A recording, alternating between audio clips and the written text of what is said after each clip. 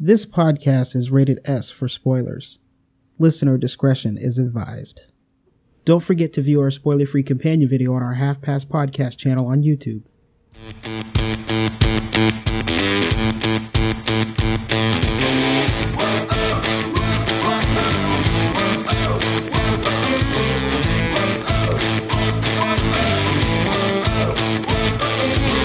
Welcome to the Half Past Podcast. This is episode 11, the movie review of Mission Impossible Rogue Nation. I'm Graham Ricks, and here with me is my friend and co-pilot Ian Jones. I am officially a fan of Rebecca Ferguson, right?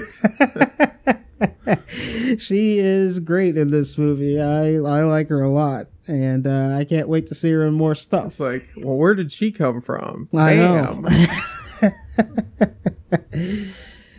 Before we get into the Mission Impossible Rogue Nation movie review, our trailer for this week is The Man from U.N.C.L.E. The Man from U.N.C.L.E. Which I thought was extremely appropriate. Yes, yeah. We try to fit the theme, you know? Yeah, and I am a sucker for spy movies. I've always liked them since I was a kid. So my review might be slightly biased for both of these, but that's okay. Hey, as long as it's a fun spy movie. Yep, that's all that matters. You know, it's got that Army Hammer in it. Oh, yeah. Armie Hammer just showed up in this, and I'm hoping Superman cancels him out. Right, yeah. Well, I don't know. We'll see. That's threading the needle there. Yeah, it is. And one of the things I love about this movie coming up here is it's a Guy Ritchie movie, and I love Guy Ritchie. He's done a ton of the movies that I really enjoy, like Lock, Stock, and Two Smoking Barrels, and the Sherlock Holmes movies. Yeah, well, yeah, for me, he's kind of hit and miss, but I did really enjoy the Sherlock Holmes. Yeah, he's done some good ones, and I definitely think he's better than, like, I don't know, Michael Bay or somebody. Oh, yeah. I think he's way more miss than hit as opposed to Guy Ritchie. Yeah, he's got a movie coming out too, which makes no sense whatsoever. Yeah, he's that Benghazi movie. Yeah, the 13 Hours or something like that. That was one of the trailers that showed up when I went to go see Mission Impossible Rogue Nation. I don't know what's going on with that. But this movie, The Man from U.N.C.L.E., it looks really good, and I'm actually kind of excited about watching it. I think it's going to be entertaining. It's set in the 60s, so that's actually, oddly enough, kind of an uncommon time period to see in movies. It doesn't happen a whole lot, and I'm kind of excited just to see how they do it, so it'll be fun. We'll definitely go and check that one out. Yeah. Anything else for Man from U.N.C.L.E. over there? No. All right, well, let's go ahead and get into the Mission Impossible Rogue Nation review. All right.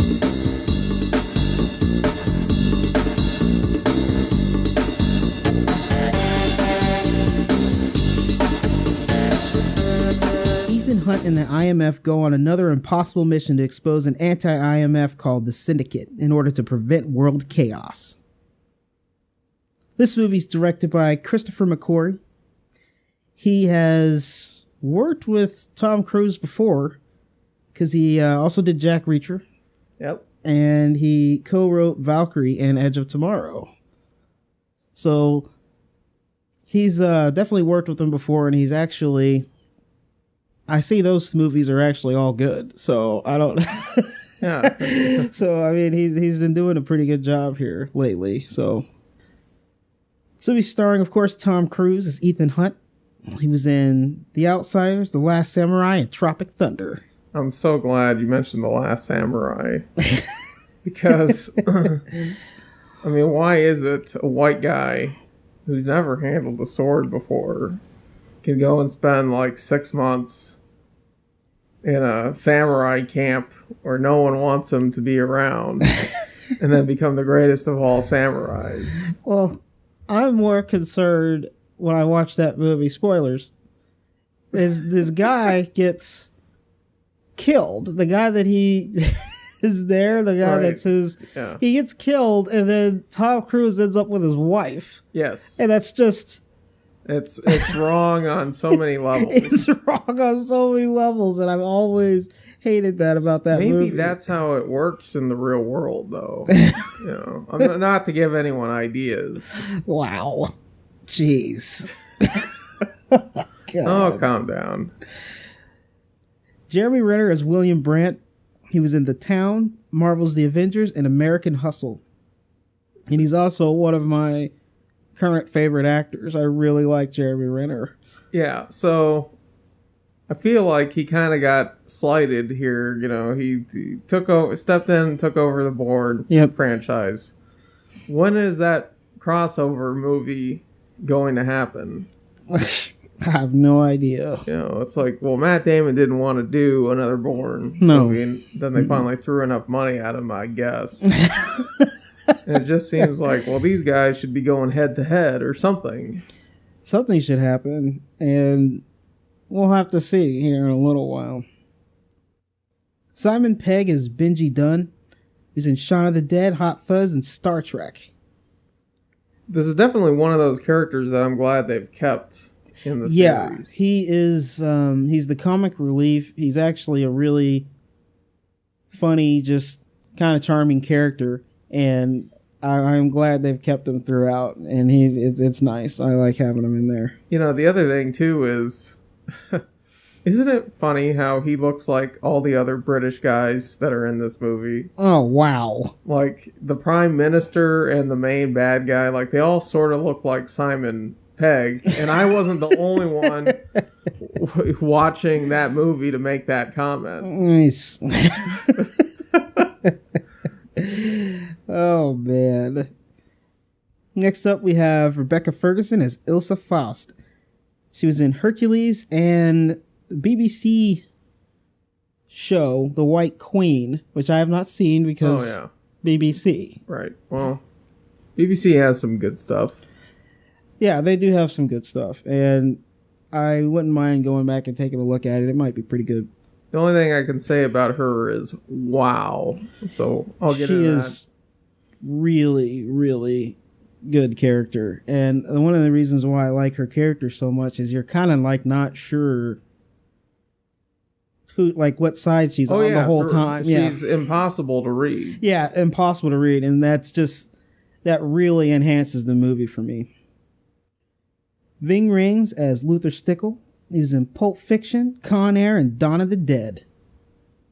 I like that scene in Pulp Fiction. Oh, wow. You know, Ving Rhames is like, he's like the leader of the B-list actors. He is. And he always comes in late into all of these movies, except for, I think, maybe the third one he started off. Maybe he started off in it and was in the first shot. Yeah, I don't remember. Because the third one I wasn't great about that one. A good one. Yeah, I wasn't great about that one. Sean Harris is Lane. He was in Brighton Rock, Prometheus, and the Red Riding Trilogy, which is a miniseries. Yeah, this guy is, he just looks like a jerk. You know? He does. So, he's the main bad guy. And I actually like this bad guy. Yeah. He's good as a villain. I like this guy. He's kind of real subtle. Yes, he is. You know, but equally very dangerous. Yeah. Simon Mcburney is Atlee, who's in The Manchurian Candidate, The Last King of Scotland, and The Golden Compass. Yeah, he was also the voice of Creature in Harry Potter. Oh, really? Yeah, and I don't think I've seen him in anything else. Oh, huh. See, he kind of looks like a little elf. A little enslaved worker elf, doesn't he? Oh, man. Tom Hollander as the Prime Minister. He was in Pirates of the Caribbean and a bunch of TV roles. Like films, TV films. They definitely take a little shot at the Prime Minister. They do. Of England in this movie. Yeah. Jens Holten as Jenk Vinter. He was in Skyfall, and since he's Swedish, he was in a bunch of Swedish movies, which I have not seen. Yeah, but you're getting to that, right? You're gonna Yeah, I'll go back and watch some of those Swedish movies. Your DVRs piling up, and oh man, because it's like reading and watching a movie at the same time. Well, yeah. So yeah, you're getting smarter technically. Last up we have here is Alec Baldwin as Alan Hunley, who's in The Hunt for Red October, The Shadow, Yep, and The Departed. And The Departed. Yeah, Alec Baldwin, I think, was maybe the perfect guy to bring in to do this part. Yeah, he plays this character very well, and right. I think that it's like he's the whole time he's talking to Brandt, and he's just annoyed the whole time, and you can definitely feel it in in the movie. So he acts it out really well. He's like definitely a jerk too, but he's like a lovable jerk, which is kind of I think what he is in real life. Well, yeah, Alec Baldwin. Now that we're done with these characters, Jones, let's go ahead and get into our quirks and likes. Quirks and likes. Okay.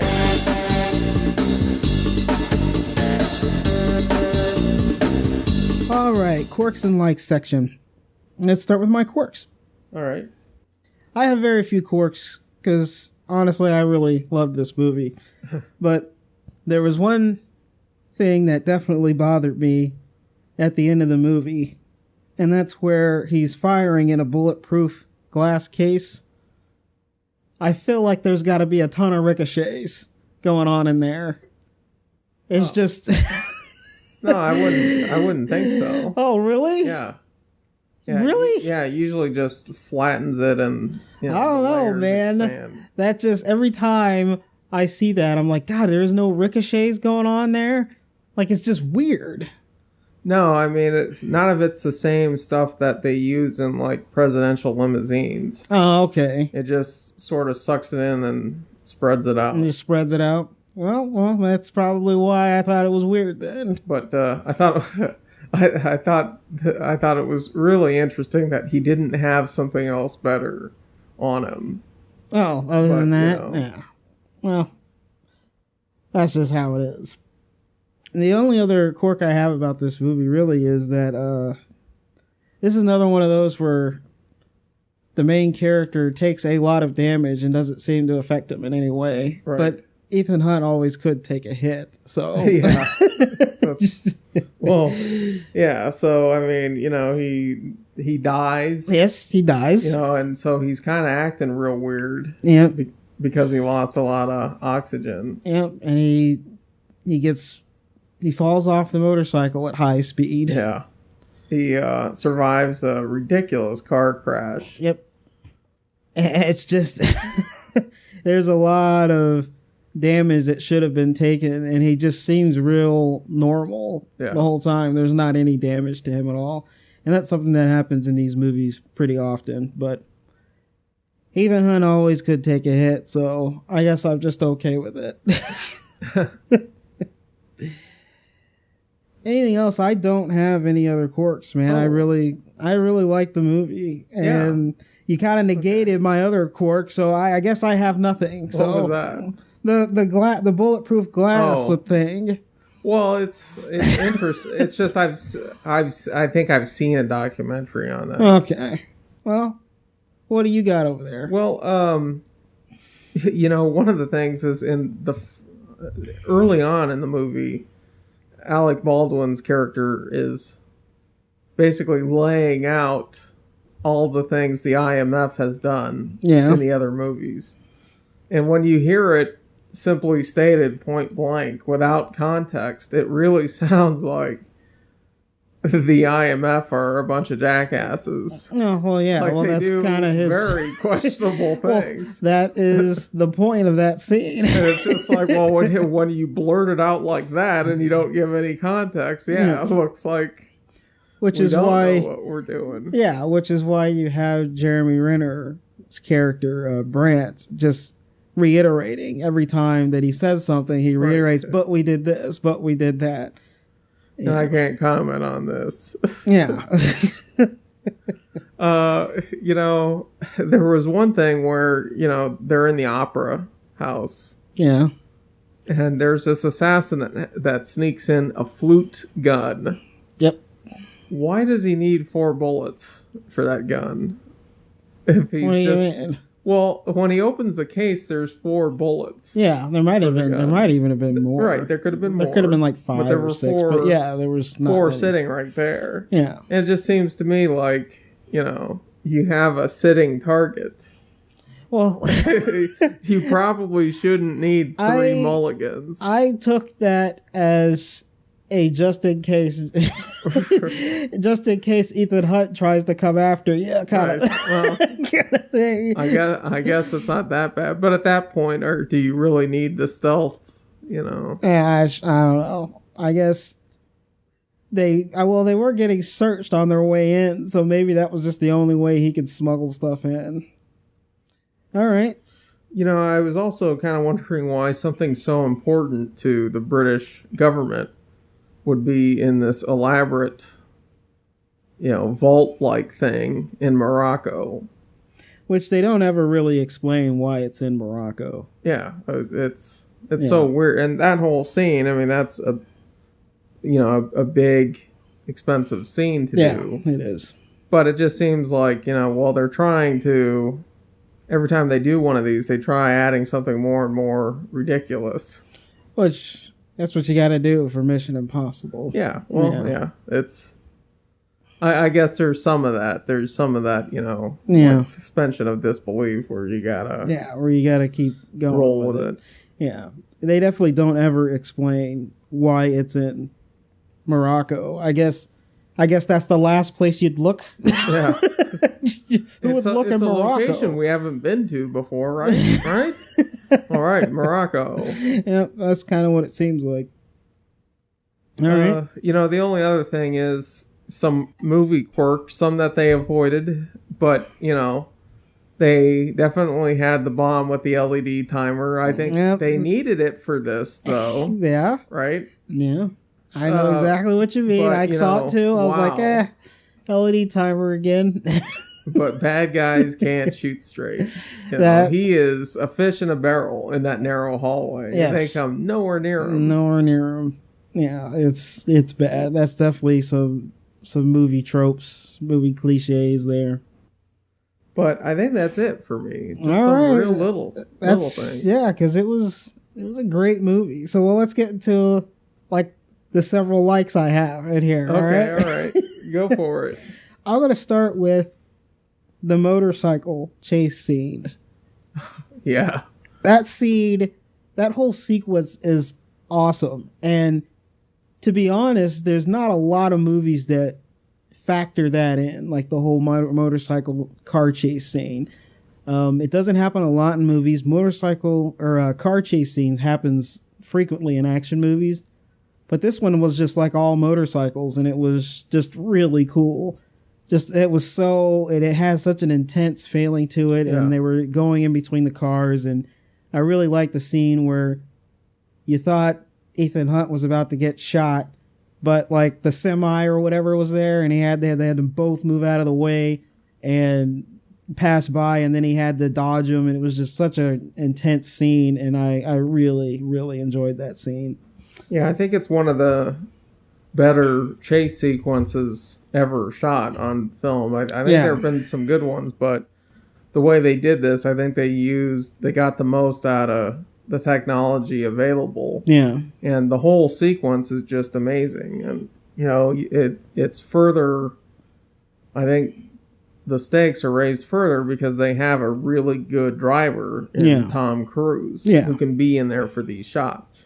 Yeah, which is something else I want to say about that I really liked about this movie is that the stunts were good and they were real. Oh, yeah. And there's something very interesting about that when you're willing to go in there and really just do some stunts and frankly risk some lives. Well, you know, and there definitely has always been, I think, the talent in Hollywood, but really, you know, he's probably the best stunt driver anyway. I think a lot of people don't realize that. Yeah. That he's always insisted on doing that stuff. Yeah. But you can always tell if they're taking corners and stuff is looking like G.I. Joe. Yeah. Like that chase scene where it's just like, oh, well, Yeah. there's no weight to this, and that's because they're sticking cameras on everything and doing a chase in a very narrow, crazy environment. Yeah, and just with Tom Cruise in general, I've really grown over the years to really love Tom Cruise. And it's so weird because he's definitely one of the most successful action stars of all time. And it's so weird because his name doesn't ever come up when people talk about that. But if you look back at his career, he's spent the past 30 years doing action movies. Every once in a while he'll do other things, but he's been doing these types of action movies for a very long time. And he's just one of the most successful ones of all time, and people just don't put him in the conversation, and I don't understand why. And frankly, his career has survived Scientology. And just barely. Yeah, and it's survived the weirdness that surrounds him sometimes, and not a lot of other actors can say that. And that's because Tom Cruise is just so talented. I actually really like Tom Cruise, and I used to just not like him, but he's a talented actor. And I'm glad that they have continued this Mission Impossible franchise, because I think it's gone progressively better. This past couple. The past been two have been fantastic. Really good. And so the other I have here is actually the scene where they're fighting at the opera. That has to be one of the best things that's ever happened at an opera. Oh, yeah. And by the way, nobody saw it. Yes, right. They all showed up to see whatever stupid show. Yeah. When there was something far more interesting going on. Oh, I absolutely love that scene, because the whole time I'm thinking, God, I'm not an opera person, and I can't imagine going to an opera for some weird reason and then me not being able to see all the action stuff that's going on in the background. And so if I ever go to another opera, that's what's going to be. Looking up. I'm going to be looking up. I'm going to be looking at the catwalks. I want to make sure that nothing crazy is going on. Nice. Oh, man. So one of the other things I liked was I enjoyed towards the end that I got to see a knife fight in London. Ah, yes. That's something that you just don't see in America, right? So it was such a cool way to get rid of this, to show an action scene, to show how awesome Rebecca Ferguson's character is, and to get rid of a villain that's been a thorn in their sides the whole time. And it was just a really cool way to do it. The knife fight in London, I love it. At least he died with her legs wrapped around his face. Nice. Oh, man. The other thing I have is the villain was great. I really liked Lane in this movie. It was like he was ahead of them. Oh, yeah. The entire time. He was one step ahead the entire time. And he was basically Ethan Hunt's match. And there was something fantastic about that. And I really enjoy how Ethan Hunt finally gets him, too, at the end of the movie. It's so appropriate that it's like, well, he's like, this is the reason why I know I'm going to get you in a box, is because of this money. And so he found the one flaw with this guy and exploited it. And he exploited it in a very extreme way. Yeah. And so it was, I really enjoyed that part of the movie. It's just so freaking good. The other thing I have is, this is the problem I had with Mission Impossible 2 and 3, is there wasn't much espionage going on in those movies. And this one is full of it. Like, it's a spy movie, and there's no doubt about it. They have all the gadgets. They're doing all the the espionage stuff. They have, like, the double agent type person. Everything in there is full of espionage, and that's one thing I've loved about the first Mission Impossible movie, which I feel like they got away from in the second and third one, but then they got back to it in Ghost Protocol and in this one. And if I watch Mission Impossible, I want to see a spy movie, because that's what it is. And so I'm really glad that it was chock full of espionage in this one, and I really enjoyed every bit of it. The only other thing I have to say is Ilsa Faust is just an awesome character too. I really enjoyed her. I love the fact that almost all the way to like towards the end of the movie, you're still not sure where she stands. And the thing that's so interesting about it is that she actually, one of the reasons why you're unsure is because the government has been messing around with her the whole time. So even she's kind of unsure. And so it's just a great aspect to this movie. And I think she really, bringing her in, really enhanced this movie. And I really hope, I want to see her in more stuff. I really liked her. It's kind of like that one girl from, what is it? Haley Atwell from, Agent Carter. Agent Carter. And it was kind of the same thing. Like, they had this character in there, because she shows up, Haley Atwell shows up like almost like quite a few bit into the movie, because it's really, they're doing the build up for Captain America. But when she shows up, there's like this, she like steals the show. And I feel like that this happens with Rebecca Ferguson in this movie. She shows up and she's just such a great character.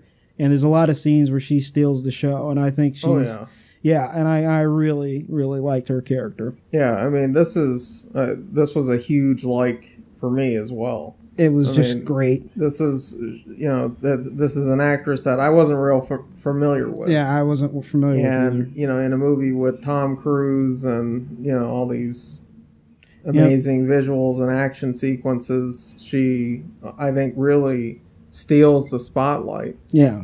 And, I mean, not only does she have the look, but I don't think there's ever been a character quite like this. Yeah. It made me want to see, like, they have to have her in the next one, or they really have to have her in, like, maybe even her own movie, because that's how good she was. Yeah, I would not have a problem at all watching a movie, like a spinoff with just her, because she actually is just really good in this movie. I really liked her. That's all my likes. So what do you got that on here? Your likes? Well, I think you touched on a lot of things. I think the movie as a whole, from the writing, the plot, and the action sequences, I think it's made it the best Mission Impossible they've ever done. It's really good. I don't even think there's really that's even by a slim margin. Yeah, and it's funny you say that, because when I left the movie theater, I was thinking to myself, I think this movie is better than Ghost Protocol. Oh, yeah. And it got me to the point where I'm like, man, I need to go back and watch Ghost Protocol to really see if I am right about that. And crap, I haven't done it yet, but I definitely wanted to do that, because this one just seemed like it was the best one out of all of them. And I left the theater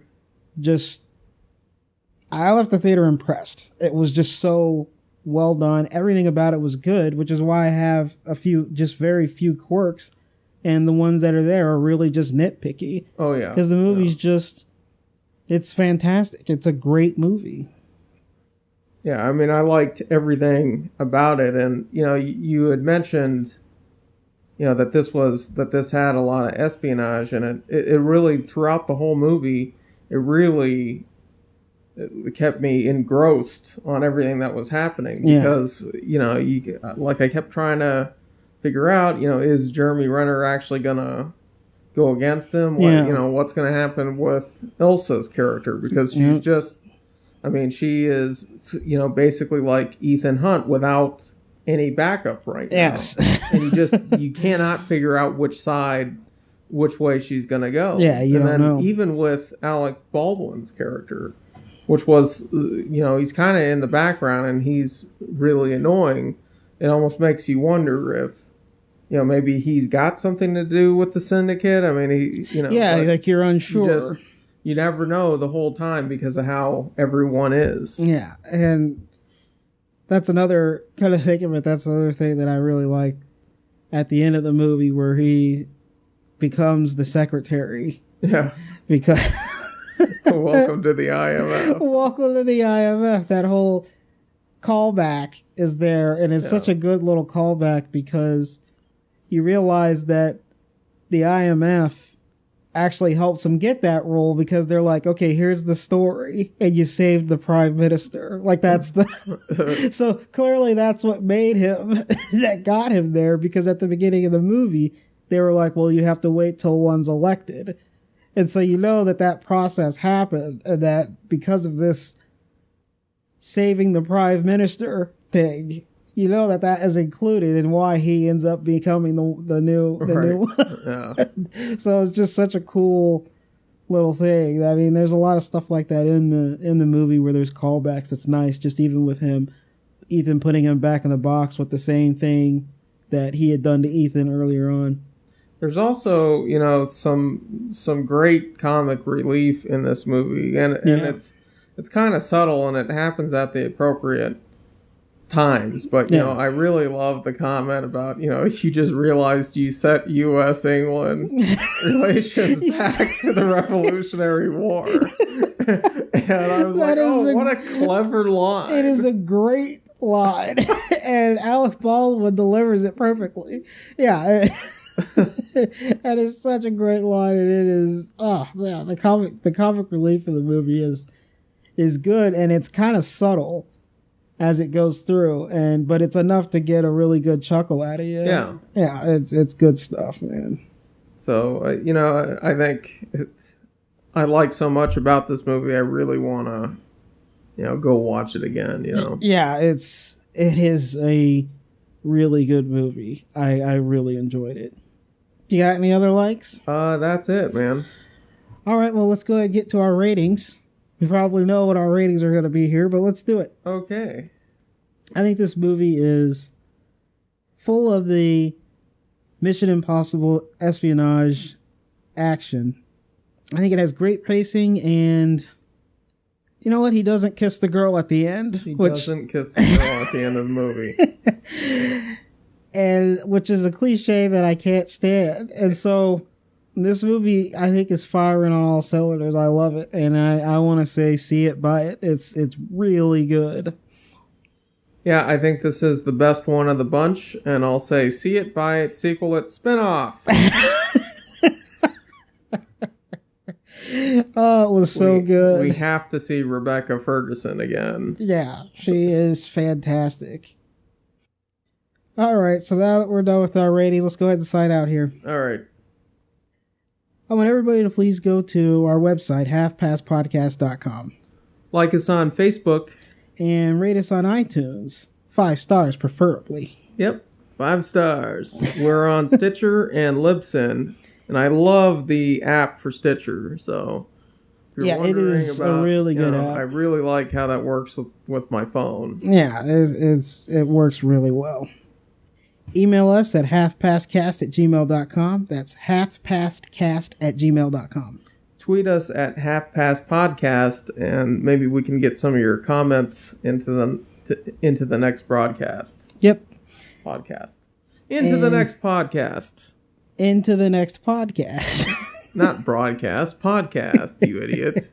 I've only been saying podcast for a year now. Podcast. Oh, man. Into the next telecast. No, it isn't that either. Thank you for listening, and thank you for your support. Next week we have the Fantastic Four. The Fantastic Four, which we can't say anything about until it comes out, which is fine because we always do these things late anyway. Yeah, and we'll have to see how that one is. Yeah. I am remaining neutral on that. All right. On that front. CG Rock Monster. Oh man. This is the Half Past Podcast. I'm Graham Ricks. Jonesy. See you next week.